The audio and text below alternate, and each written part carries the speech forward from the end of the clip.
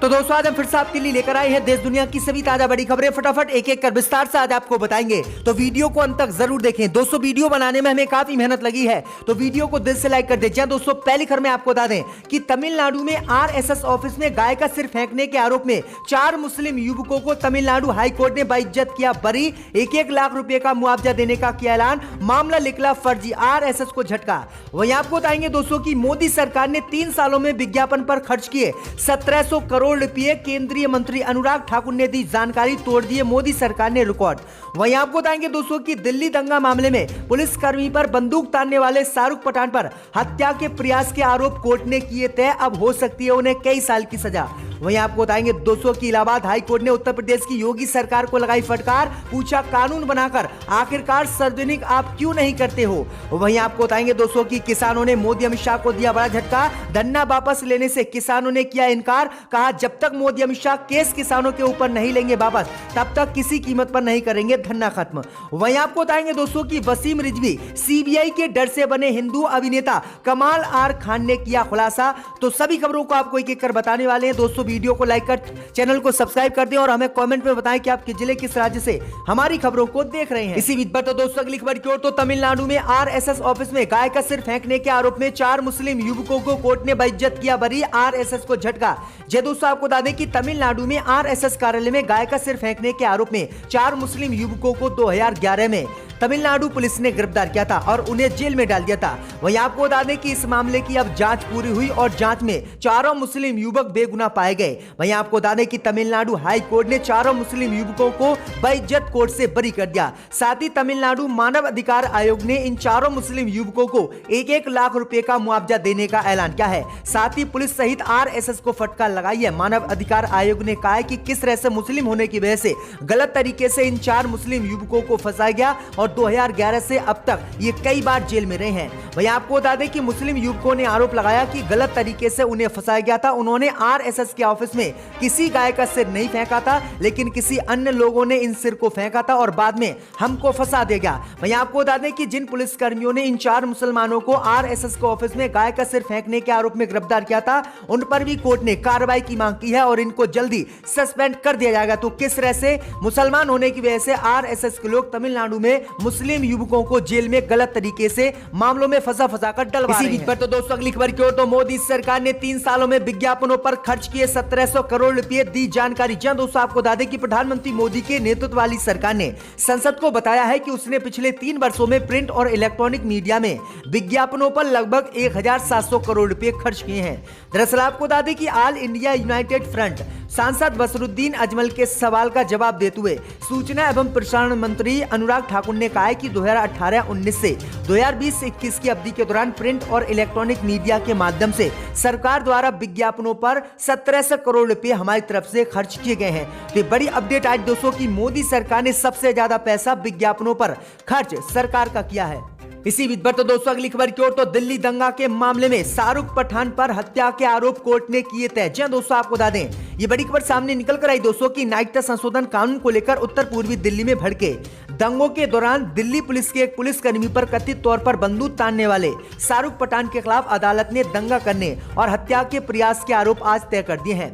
Delhi police के head constable दीपक दहिया पर बंदूक तानने की पठान की तस्वीर पिछले साल सांप्रदायिक दंगों के दौरान सोशल मीडिया पर नजर आई थी। पठान को 3 मार्च 2020 को उत्तर प्रदेश से गिरफ्तार किया गया था। फिलहाल वह तिहाड़ जेल में बंद है।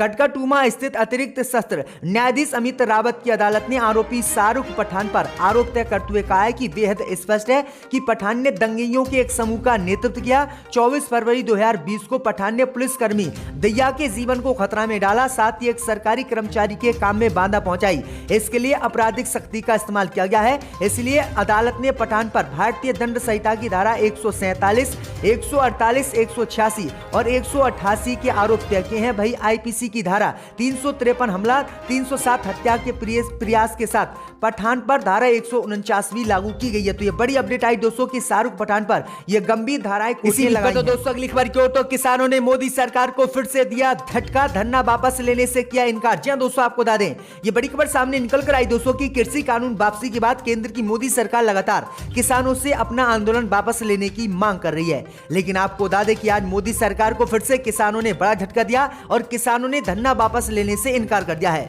दरअसल आपको बता दें कि केंद्र सरकार द्वारा भेजे गए प्रस्ताव पर भारतीय किसान यूनियन के नेता गुरनाम सिंह चठूनी ने कहा है कि सरकार जब तक किसानों की सभी मांगे नहीं मान लेती तब तक धरना खत्म नहीं किया जाएगा।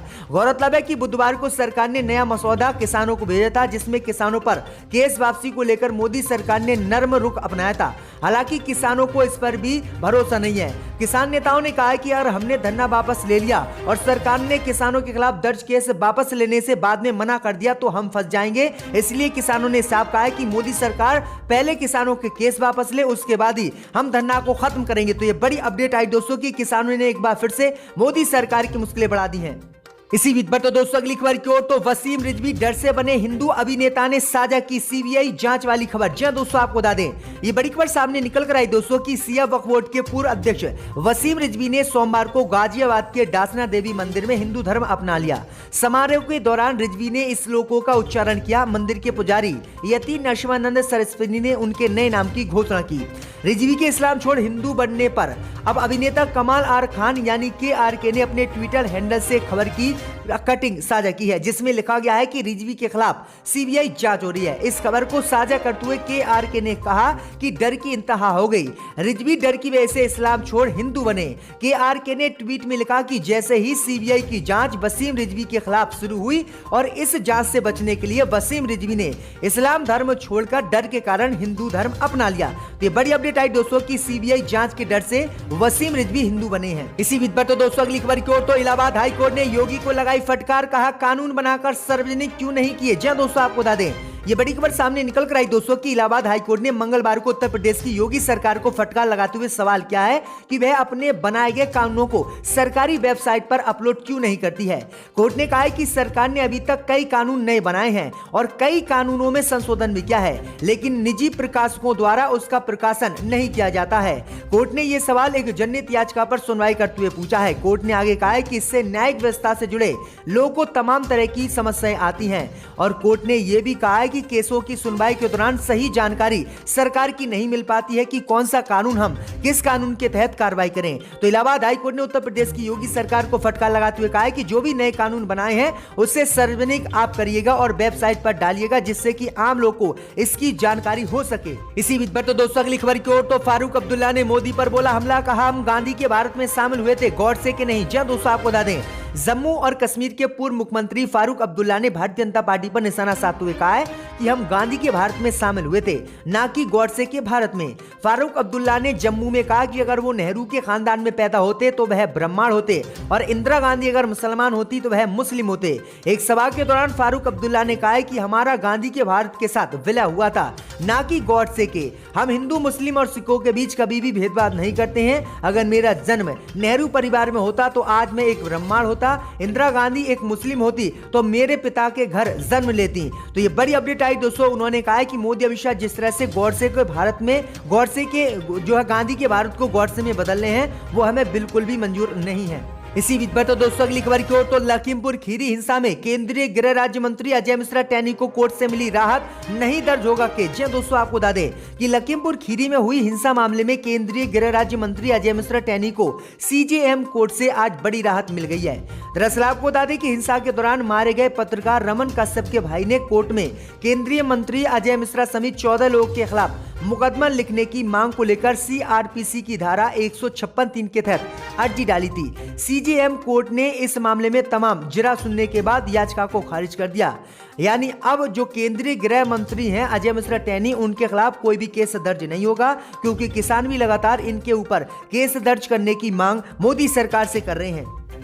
इसी बीच पर तो दोस्तों अगली खबर की ओर, तो सामना में शिवसेना ने केंद्र की मोदी सरकार पर बोला हमला, कहा नागालैंड में जो हुआ वो बिल्कुल गलत था। जी दोस्तों आपको बता दें कि पिछले दिनों नागालैंड में सुरक्षा बलों की चूक के चलते कई नागरिकों की मौत का मामला सामने आया था, जिसके बाद वहां की स्थिति गंभीर है। इस मुद्दे पर शिवसेना ने अपने मुखपत्र सामना के जरिए केंद्र की मोदी सरकार पर हमला बोला है। सामना में लिखा गया है कि केंद्रीय मंत्री अमित शाह ने खेद व्यक्त करके घटिया अमानवीय घटना पर पर्दा डालने का प्रयास किया है। उन्होंने कहा है कि सिर्फ 4 पंक्तियों में खेद व्यक्त करके खत्म मामले को कर दिया, ऐसा ये मामला नहीं है। उन्होंने कहा है कि 13 आम नागरिकों की बेवजह से मौत वहां पर हुई है और सरकार बिल्कुल कोई कार्रवाई नहीं कर रही है। उन्होंने कहा है कि किस तरह से मोदी अमित शाह अपने शासनकाल में लोग की हत्या कर रहे हैं। जम्मू कश्मीर में भी ऐसी हत्या होती है और ऐसी हत्या अब बीजेपी यहां पर भी करवाने लगी है कि इसी ऐवान में टेबल पर पैसे डाले गए थे। अब कौन उस वक्त यहां बैठा था वो अक्लमंद जानते हैं, मगर मैं दोहराना नहीं चाहता। मैंने ये भी देखा था 2006 में